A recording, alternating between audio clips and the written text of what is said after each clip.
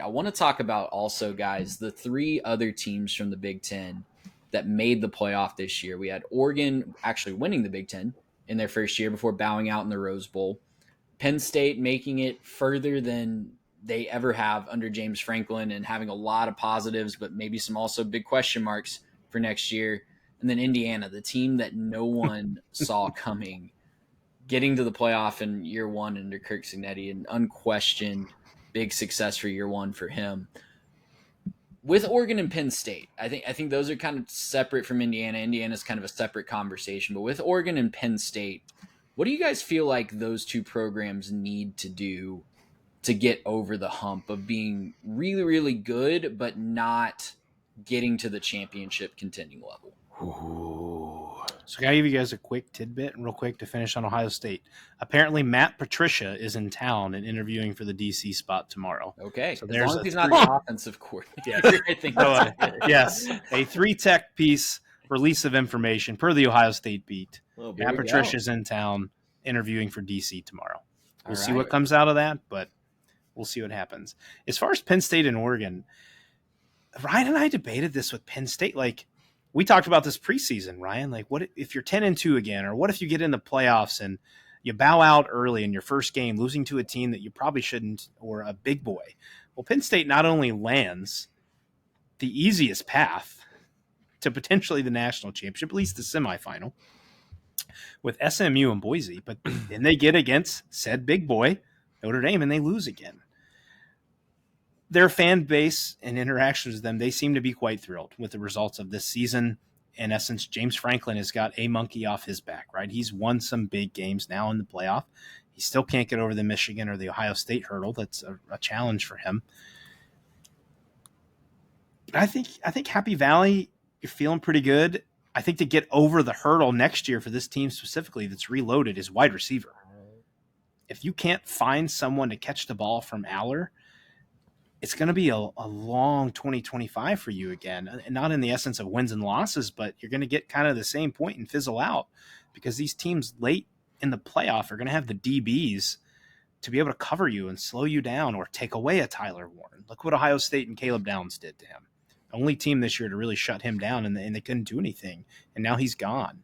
You lose your running backs coach to Notre Dame, and now I'm sure you'll find someone to be successful there. But really, for me, it's not even on the coaching front. It's you got to find some playmakers out wide to help your quarterback. That's been an issue for years, right? I know they've had Chris Godwin's and Jahan Dotson's, but there's never been that. I don't want to say Jeremiah Smith or Ryan Williams because that's a whole different echelon of receiver, but there's never been that Julian Fleming, right? That's in your own state that wants to come play for you. And they've got to find a way to get over that hurdle.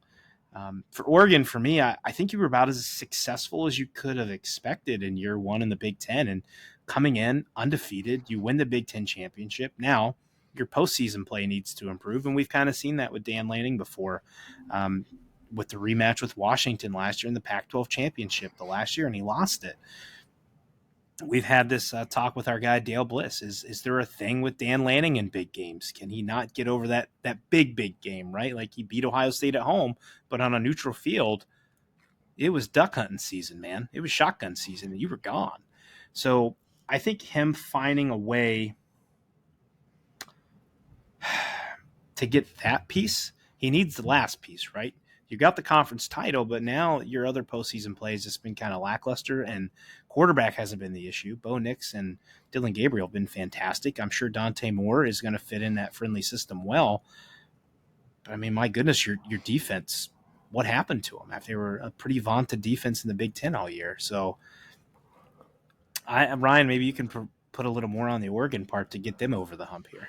No, I think like for these two, it's almost like two separate equations that we have to undertake here. Because I think for Oregon, it's going to happen if Dan Lanning continues to surround himself with the type of staff that he is and he continues to recruit at the level that he has. Like, Ryan Day's had an incredible roster his entire tenure at Ohio State, and he just won his first national title. Sometimes you just, the more cracks at the can you get, then the more likely it's going to happen. I think Oregon, it's kind of an if, or it's like a when, not if, for Oregon at this point. And I don't know, maybe 3 years down the road that proves not to be true. But I feel a lot more confident in Oregon necessarily than I do Penn State, because for like Penn State for me feels like the last like 2 years of Brian Kelly at Notre Dame. It's just kind of like, is it gonna happen? Like you have to, it almost feels like they have to do something drastically different than what they've been doing to get over the hump. And maybe it is, throwing a buttload of money at a no doubt about it number one wide receiver to have that dude out wide who you can just go to. Like, it's 3rd and 11. You have the national title on the line. We're just going to throw it up to Jeremiah Smith and trust that he's going to make a play. Like, Penn State doesn't have that. And when they've had guys like that, it's been around teams that are just overall not as good, I guess. I don't know. But like this year for Penn State, 2025 kind of feels like a, if not now, is it ever going to happen for them? Because everything's aligning. Like, you got both of your you got your offensive coordinator back. You arguably upgraded at defensive coordinator. You should still have a ton on defense, even though you're losing Abdul Carter. You're bringing back, I mean, I guess you're not bringing back any of your wide receivers. I don't know if that's a good thing or a bad thing, but I mean, your quarterback's coming back. Your 2 running backs are coming back. In theory, you should have a pretty good offense, but losing the tight end, you're all do everything kind of guy, and you got a couple guys in the portal, but you're having to rebuild that entire room, and it just feels like if they don't do something there, I feel like it's just going to be all this bluster for nothing, just because you can have a great defense, you can have a great running game, but if you can't throw the ball, we saw what happened against Notre Dame. Like, no catches by a wide receiver, and it probably cost them that game because they had that like in the bag in the first half, and eventually Notre Dame figured out how to slow down the running game, and they couldn't pivot to the pass, and that's just going to kind of be something that they're going to continue to run into in the playoff because you're facing great defenses who are capable of shutting you down. I don't know, man. I think it's like we're at that point with James Franklin. What are we, 10, 11 years into it? It's like, I don't know what more can be done at this point other than you just got to get the breaks one year. Yeah, and I think investing in the elite wide receiver is going to be key too, because if I'm a Penn State fan, I'm way more okay with how they lost to Oregon in the Big Ten championship. Mm-hmm. I'm cool with finding new ways to lose if I'm a Penn State fan, but I'm really tired of it really being the same script every single time we play an Ohio State, a Michigan, a Notre Dame in the semifinal this year, where it's, yeah, we really can't move the ball where it counts, and we don't have that game-breaking player to make the defense on the other side respect our passing game. It's really tough to win in 2025 when you don't have either a game-changing quarterback, and Drew Aller's fine. I think he is far more than just serviceable as a college football quarterback, but you either have to have the game-breaking all-American quarterback, or you have to have the receivers that can make a less than stellar quarterback look even better, right? And Ohio State kind of got almost there with Kyle McCord because of the receiver play that they had.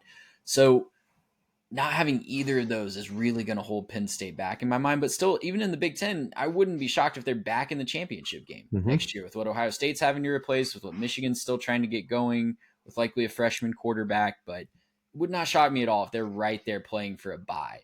With Oregon, I really think that they were at least the first or second best team in this college football playoff field, and they got kind of hosed by the way that we set up the seeding.